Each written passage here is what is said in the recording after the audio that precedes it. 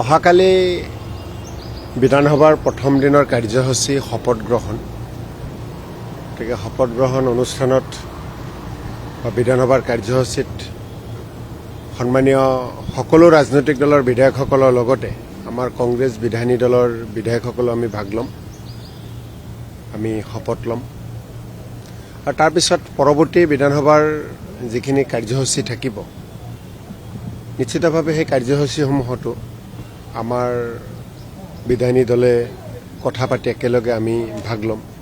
গতিকে আৰু আমাৰ হাইকমাণ্ড ইতিমধ্যে বিধায়িনী দলৰ নেতা নিৰ্বাচিত কৰাৰ কাৰণে যিখিনি প্ৰক্ৰিয়া মাজেৰে যাব লাগে, সেই প্ৰক্ৰিয়াবোৰ পাৰ হৈ গৈ আছে আৰু খুব কম সময়ৰ ভিতৰতে বিধানসভাত কংগ্ৰেছ বিধায়িনী দলৰ নেতা তথা বিৰোধী দলৰ নেতা ঘোষণা কৰা হ'ব, নিৰ্বাচিত কৰা হ'ব। মই এইমাত্ৰ গুৱাহাটী আহি পালোঁ। এই মুহূৰ্তলৈকে আমাৰ দলৰ নেতৃত্বই বিধায়িনী দলৰ নেতা নিৰ্বাচিত কৰি দিয়া নাই বা ঘোষণা কৰা নাই। আৰু অহাকালি যিহেতু শপত গ্ৰহণ, মই আকৌ কৈছোঁ, যিহেতু শপত গ্ৰহণ কাৰ্যসূচী প্ৰথম দিনত, গতিকে তেনেকুৱা একো সিদ্ধান্ত ল'ব লগাও নাথাকে। গতিকে আমি যিকোনো মুহূৰ্ততেই কংগ্ৰেছ বিধায়িনী দলৰ নেতা ঘোষণা হ'ব। গতিকে তালৈ আমি অপেক্ষা কৰি আছোঁ। মানে কৈছে যে সমস্যাটো হৈছে যে 18গৰাকী সংখ্যালঘু বিধায়ক, এজন হিন্দু বিধায়ক, গতিকে সেইটো বাছনি কৰাৰ কাৰণেহে এনেকুৱা ধৰণৰ এটা বিলম্ব হৈছে। তেনেকুৱা কোনো কথা নাই, কোনো কথা নাই। কংগ্ৰেছ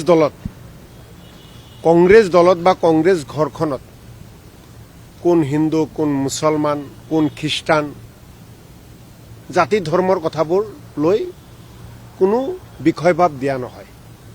কংগ্ৰেছ দলৰ মজিয়াত জাতি ধৰ্মৰ কথাবিলাক লৈ কোনো বিচাৰ বিবেচনা নহয়। গতিকে এইবিলাক বিজেপি নাইবা আন কোনোবা এনেকুৱা কথাবোৰ লৈ আলোচনা কৰি আছে। আমাৰ দলত আমি 19জন বিধায়ক, 19জন বিধায়কৰ ওপৰত আলোচনা হ'ব।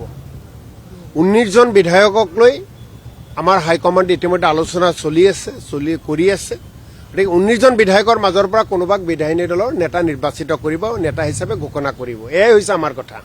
কোন হিন্দু, কোন মুছলমান, কিমান হিন্দু বিধায়ক, কিমান মুছলমান বিধায়ক, এইবোৰ আপুনি জানিবলৈ গ'লে আপুনি UDFত যাব লাগিব, বিজেপি দললৈ যাব লাগিব। তেওঁলোকৰ মাজত এইবোৰ কথা আলোচনা হয়, কংগ্ৰেছৰ মাজত এইবোৰ লৈ আলোচনা নহয়। 19জন অসমীয়া সন্তান এইবাৰ বিধায়ক হৈ বিধানসভালৈ আহিছে কংগ্ৰেছ দলৰ ফালৰ পৰা। এই 19জন বিধায়কক লৈ আলোচনা চলি আছে, পৰ্যালোচনা চলি আছে। খুব কম সময়তে বিধায়িনী দলৰ নেতা নিৰ্বাচিত কৰা হ'ব, ঘোষণা কৰা হ'ব।